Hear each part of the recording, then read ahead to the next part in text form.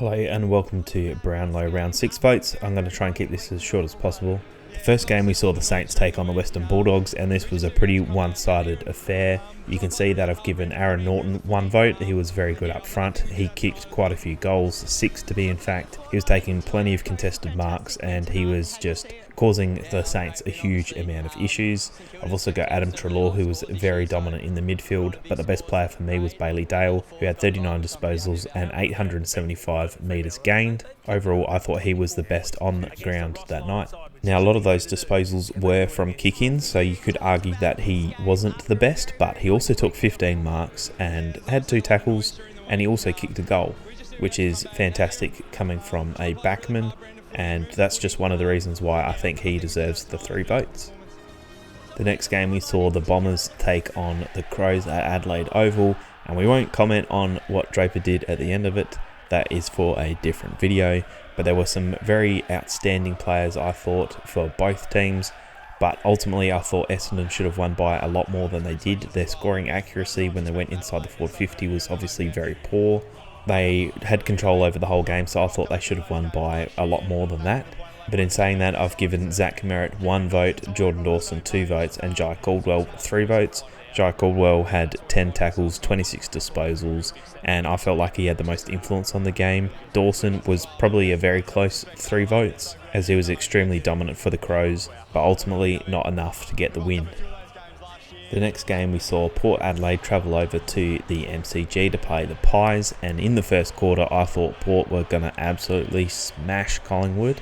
They kicked 6 goals in the first quarter and then only kicked 6 goals for the rest of the game. And it was a pretty poor performance by the Port overall in the end. I've given 1 vote to Zach Butters, who was very important to Port being there at the start of the game and then also throughout it. I thought his performance was pretty good.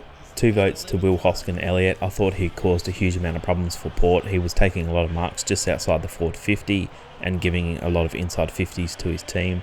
I thought he was very important, and Port were unable to really stop him. He played probably one of the best games I've seen him play for a very long time. But 3 votes is Jordan De Goey. He was just extremely dominant.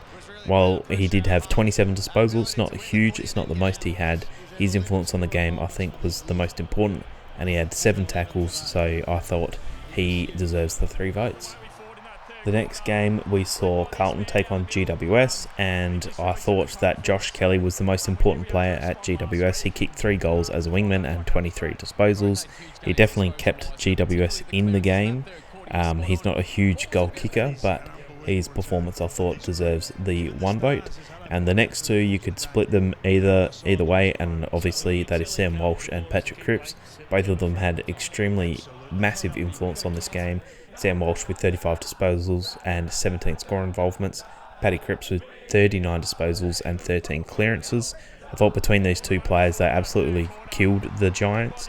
They were both extremely important to the Carlton Blues winning, and I think either of them could get the 2 votes, but it's definitely between those 2.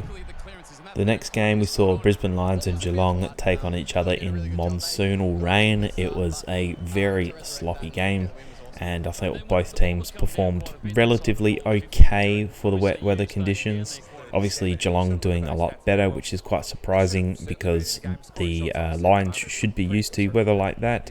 Very low scoring game obviously, so tackles and centre clearances are important in something like this, especially defensive rebounds. And so for that I've got Tom Berry, who played really well for the Brisbane Lions. I've got Tanner Bruin at 2 votes, and the most important player for me was Zach Guthrie. 21 disposals isn't a huge amount, but he had 8 intercept possessions and 737 metres gained and 3 score involvements in a very low scoring game. I thought he was the most important player to the Cats win, and therefore he gets 3 votes. My apologies, I meant Jared Berry. Next we saw the Western Derby, West Coast Eagles take on Fremantle, and it was pretty much all West Coast Eagles in my opinion. Freo Dockers did score, but West Coast Eagles just took over the game. Jake Waterman kicking 5 goals. What is happening? It's incredible to see someone who's not a huge notable goal kicker kick 11 goals in 2 weeks. Well done to him. He gets the 1 vote from me. Elliot Yeo was also very important inside the midfield. I thought he played probably one of his best games that he's played for a very long time. But the 3 votes has to go to Harley Reid. For some reason, didn't actually get the trophy there. I thought he was easily the best on ground. He had 3 goals, 19 disposals, and he was extremely important. There's so many small things that he did which just helped the West Coast Eagles win the game. Laying down tackles, picking the ball up, and then running forward all in one motion, and nobody can catch him. He was easily 3 votes in my opinion. The next game we saw Sydney Swans take on the Gold Coast Suns, and it was all Sydney. Brodie Grundy, 1 vote. Nick Blakey, 2 votes. He probably could get 3 votes. He played really well. He's breaking lines and got plenty of disposals.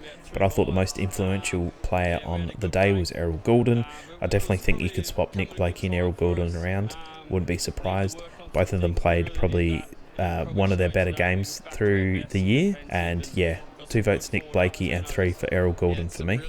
And lastly, we saw the Sunday Classic, the 2 bottom sides who haven't won a game, and Hawthorn came out on top. I thought Tristan Jerry, however you pronounce it, played really well. He was very dominant in the ruck. For that, I think he gets 1 vote. Jai Newcombe could get the 3 votes, but I got him at the 2.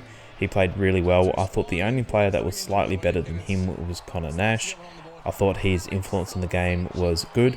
I wouldn't be surprised if Jai Newcombe gets the 3 votes due to the amount of tackles that he laid and just his inside pressure. Either of them could get the 2 or the 3 votes, but for me, I've got Jai Newcombe at 2 and Connor Nash at 3.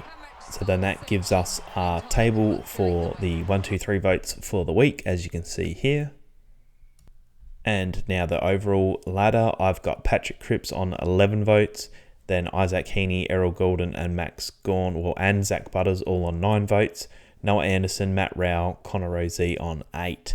So for me, Patrick Cripps is the leader of the Brownlow vote at the moment. He's ahead by 2. It's a pretty close race, but those top probably 10 are starting to get away from the pack. So far, I think Patrick Cripps is the front leader for the Brownlow medal in 2024. Thanks for watching.